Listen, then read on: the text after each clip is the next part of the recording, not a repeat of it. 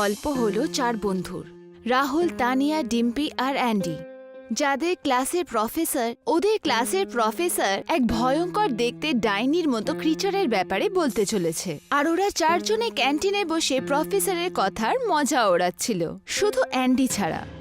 ওরা চারজনে সেই ভয়ঙ্কর দেখতে ক্রিচারকে দেখার জন্য কাথারি জঙ্গলের দিকে এগিয়ে গেল, এটা কনফার্ম করার জন্য যে ওদের ক্লাসের প্রফেসর সত্যি বলছে না মিথ্যে। কিন্তু ওদের চারজনের মধ্যে শুধু অ্যান্ডি বেঁচে ফেরত আসতে পেরেছে। প্রফেসর নিজের ক্লাসে কিছু মাইথোলজিক্যাল সাবজেক্টের ব্যাপারে চর্চা করছিলেন। ক্লাসে রাহুল, তানিয়া, ডিম্পি আর অ্যান্ডি, ওরা চারজনেই উপস্থিত ছিল। প্রফেসর, বাস্তবে কি চুড়েল, ডাইনি আর পিশাচের অস্তিত্ব থাকে? অবশ্যই তানিয়া, এই সব কিছুর অস্তিত্ব থাকে। প্রফেসর, আপনি তেমনভাবে বলছেন যেন আপনি সত্যি সত্যি বাস্তবে কোনো পেতনি বা ডাইনিকে দেখেছেন। রাহুল, ডাইনি হলো আসলে এক ধরনের ডেঞ্জারাস ক্রিয়েচার। আপনি কি কখনো ডাইনির মতো দেখতে কোনো ক্রিচারকে সামনাসামনি দেখেছেন? তানিয়ার কথা শুনে প্রফেসর গভীর চিন্তায় পড়ে গেলেন। কিছুক্ষণ পর উনি তানিয়ার দিকে তাকিয়ে বললেন, অনেক বছর আগেকার কথা, যখন আমি আর আমার বন্ধু কথারই জঙ্গলে রাস্তা হারিয়ে ফেলেছিলাম। হঠাৎ করেই জোরে বৃষ্টি নামতে শুরু করে। জঙ্গলে তৈরি থাকা একটা ম্যানশন আমরা দুজন খুঁজে পাই।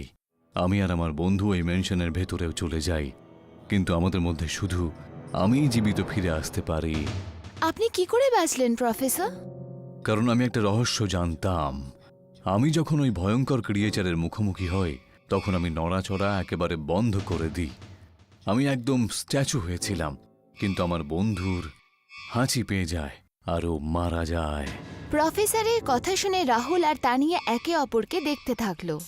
পরের দিন রাহুল ক্যান্টিনে বসে টিনার সাথে প্রফেসরের মজা ওড়াচ্ছিল। তখনই রাহুলের বন্ধু অ্যান্ডি রাহুলের দিকে তাকিয়ে বলল, এইভাবে কিন্তু প্রফেসরকে নিয়ে ঠাট্টা করা ঠিক নয় রাহুল। অ্যান্ডির কথা শুনে অ্যান্ডির পাশে বসে থাকা ডিম্পি রাহুল আর তানিয়ার দিকে তাকিয়ে বলল হাসতে হাসতে, মনে হচ্ছে প্রফেসর এইসব ফালতু কথা তোদেরই শুনিয়েছে, কিন্তু প্রভাব সবথেকে বেশি আমাদের বন্ধু অ্যান্ডির ওপরেই পড়েছে। যতদূর প্রফেসরকে আমি চিনি, প্রফেসর কিন্তু কখনো মিথ্যে বলে না। হতে পারে ওনার সাথে এমন কোনো ঘটনা ঘটতেও পারে, আর আমি শর্ত লাগিয়ে বলতে পারি যে প্রফেসর শুধুমাত্র আজেবাজে কথা বলছেন। এটাকে ফালতু প্রমাণ করার জন্য আমাদের কাথারি জঙ্গলে যেতেই হবে। তোমার এই বোকা বোকা কাজে আমি তোমার সঙ্গ দেব না, ঠিক আছে? এটা কেন বলছিস না যে তুই ভয় পাচ্ছিস? যদি প্রফেসর ভুল প্রমাণিত হয়ে যায় আর আমরা তোকে নিয়ে মজা ওড়াই? অ্যান্ডি, আমি জানি যে কথায় জঙ্গলে কিচ্ছু পাওয়া যাবে না। আরে এই অজুহাতে আমরা একটু আনন্দও করে নেব।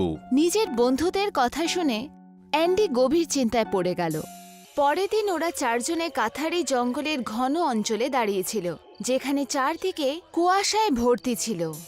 তখনই হঠাৎ অ্যান্ডির এরকম মনে হলো যেন কেউ দ্রুত ওর সামনে দিয়ে দৌড়ে গেল আর জঙ্গলের গভীরের মধ্যে ঢুকে গেল। অ্যান্ডি কাঁপতে কাঁপতে নিজের তিনজন বন্ধুকে বলল, তোমরা চারজন কিছু বুঝতে পারলে কি? কিরকম অনুভব? আমার তো মনে হলো যেন আমার সামনে থেকে কিছু একটা জোরে পালিয়ে গেল আর হঠাৎ করে জঙ্গলের গভীরে হারিয়ে গেল। আরে মনে হচ্ছে তুমি প্রয়োজনের থেকে বেশি চিন্তা করছো। আমরা দুজন তো এরকম কিছুই বুঝতে পারলাম না। রাহুল এইটুকু বলেই ছিল, তখন ডিম্পি সামনের দিকে তাকিয়ে আশ্চর্যভাবে বলল, ওয়াও রাহুল, ওই সামনে দেখো, ওই ঘন জঙ্গলের মধ্যে কত সুন্দর ম্যানশন বানানো হয়েছে। কোথাও প্রফেসর ঠিক তো বলেননি? তুমিও না ডিম্পি।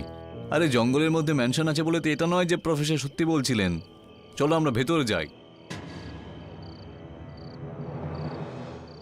রাহুলের কথা শুনে ওরা তিনজন বন্ধু রাহুলের পেছন পেছন যেতে লাগলো। ম্যানশনের মেইন ডোর খোলা ছিল আর ভেতরে লাইটস জ্বালানো ছিল। রাহুল ম্যানশনের ভেতরে পা রাখতেই যাচ্ছিল, তখন অ্যান্ডি বলল, আমি এই ম্যানশনের ভেতরে যাব না। তোরা দুজন যদি যেতে চাস তোরা যেতে পারিস।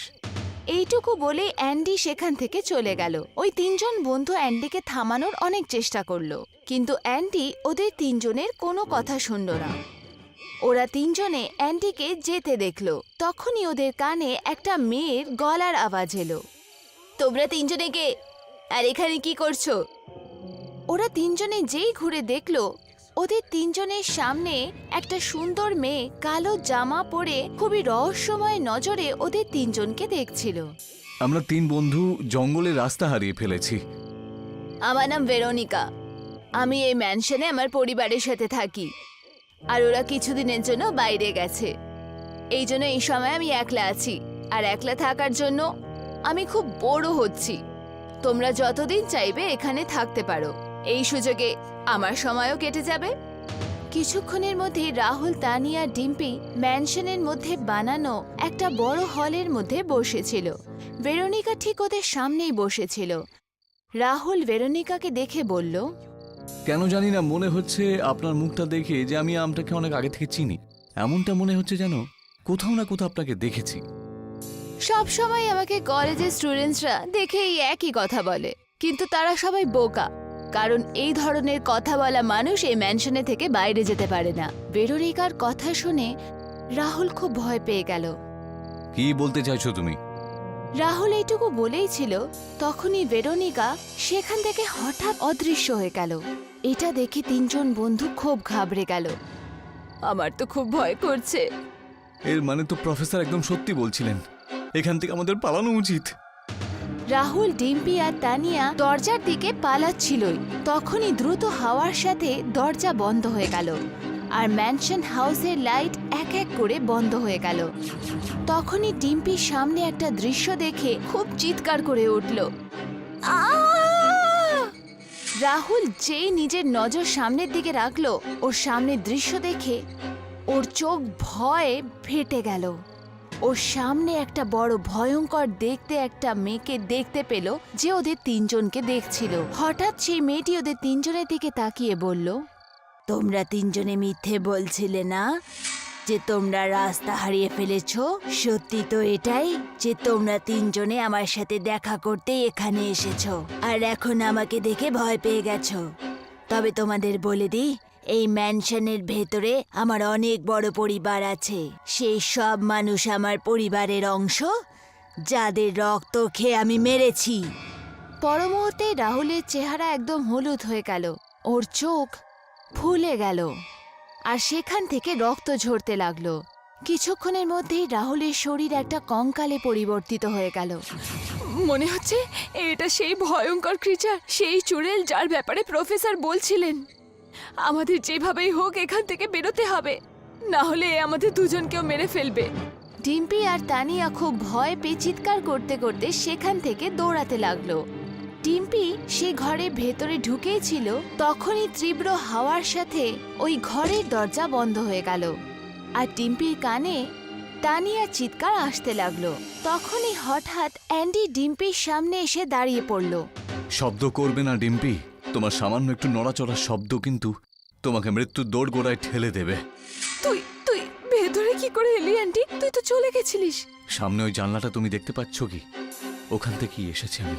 ম্যানশন থেকে বাইরে যাবার পরে আমি কিছুটা দূরে গিয়েছিলাম, তখনই রাস্তায় একজন বুড়ি মহিলার সঙ্গে দেখা হয়, আর ওই বুড়ি মহিলাটি আমাকে যা বললেন না, সেটা শোনার পরে আমার মাথা একেবারে খারাপ হয়ে যায়। এমন কি বলেছিল ওই বুড়ি মহিলা? এটাই যে ম্যানশন হাউসের ভেতরে যে ডাইনিটা থাকে, সে আমাদেরই কলেজের একজন স্টুডেন্ট ছিল। ফালতু কথা বলিস না। টিম্পি, প্রফেসর আমাদেরকে পুরো কথাটা বলেনি। ওই বুড়ি মহিলাটা আমাকে বলল যে এই ম্যানশনে নাকি ভূত বাস করে। অনেক বছর আগে আমাদের কলেজে ভেরোনিকা নামে একজন খুব সুন্দর দেখতে একটি মেয়ে পড়াশোনা করত। একদিন ভেরোনিকার বন্ধুরা এই জঙ্গলেই এই ভাঙা পড়ে থাকা ম্যানশনের ভেতরে নিয়ে আসে ওকে, আর ওর সাথে নোংরামি করতে শুরু করে। তারপর ভেরোনিকা ওদের থেকে রক্ষা পাওয়ার জন্য ম্যানশনের ঘরের মধ্যে ঢুকিয়ে পড়ে। ও ঘন্টার পর ঘন্টা বাঁচার জন্য চুপ করে বসে থাকে, কিন্তু হঠাৎ করে ওর হাঁচি পেয়ে যায় আর ও ধরা পড়ে যায়। যখন ওর বন্ধুরা নিজেদের উদ্দেশ্যে সফল হতে পারে না, তখন ওরা অত্যন্ত নির্মমভাবে ভেরোনিকাকে মেরে ফেলে আর পালিয়ে যায়, কারণ এটা একটা ভুতুড়ে ম্যানশন ছিল। ভেরোনিকা মরার পরে একটা ডাইনি হয়ে যায়। যখনই কোনো মানুষ এই ম্যানশনের কাছাকাছি আসে, তখন ভেরোনিকা ওকে মেরে ফেলে, শুধুমাত্র সেই মানুষটাকে যে ওর সামনে যে একদম স্ট্যাচু থাকে। তাই যদি প্রাণ বাঁচাতে চাও, তাহলে আমাদের দুজনকে একদম স্ট্যাচু হয়ে থাকতে হবে। অ্যান্ডি এইটুকু বলেই ছিল যে তখনই তীব্র হাওয়ার সাথে ঘরের দরজা খুলে গেল, আর অ্যান্ডি আর ডিম্পি নিজের নিঃশ্বাস বন্ধ করে দাঁড়িয়েছিল। হঠাৎই ডিম্পি খুব জোরে হাঁচি এলো। হাঁচি আসতেই ডিম্পির শরীর হাওয়াতে উঠে গেল, আর কিছুক্ষণের মধ্যেই ওর শরীর কঙ্কাল হয়ে মাটিতে পড়ে গেল। কিন্তু অ্যান্ডি এক ফোঁটাও নড়ল না। কিছুক্ষণের মধ্যে ভেরোনিকা সেখান থেকে অদৃশ্য হয়ে গেল, আর অ্যান্ডি দৌড়াতে দৌড়াতে প্রফেসরের ঘরে গিয়ে পৌঁছালো। কি হলো অ্যান্ডি? তোমার মুখ দেখে মনে হচ্ছে খুব ভয় পেয়ে রয়েছো। অ্যান্ডি সব ঘটনা প্রফেসরকে বলতে বলতে বলল, রাহুল, তানিয়া আর ডিম্পি আমার চোখের সামনে ওই ভয়ঙ্কর দেখতে ওরা মুখটা ওদেরকে মেরে ফেলে। আমাকে বিশ্বাস করো অ্যান্ডি, ওই ম্যানশনে তুমি যদি আবার যেতে চাও তাহলে কিন্তু তুমি ওই রাহুল, তানিয়া, ডিম্পির কঙ্কাল পর্যন্ত পাবে না। তাহলে ও কি মানুষদেরকে এইভাবে মারতেই থাকবে? না অ্যান্ডি, ওই ডাইনি কিন্তু লোকেদেরকে মারে না, বরং লোকেরা মরার জন্য নিজে থেকেই ওইখানে যায়, তাই না? যদি বেঁচে থাকতে চাও তাহলে ভবিষ্যতে আর কখনো ওই ম্যানশনে ঢুকবে না তুমি। অ্যান্ডি চুপচাপ নিজের বাড়ি চলে গেল। এই ঘটনার অনেক বছর পেরিয়ে গেছে, কিন্তু অ্যান্ডি আজও যখন এই ঘটনার কথা মনে করে তখন ওর অবস্থা ভয়ের কারণে একটা স্ট্যাচুর মতন হয়ে যায়।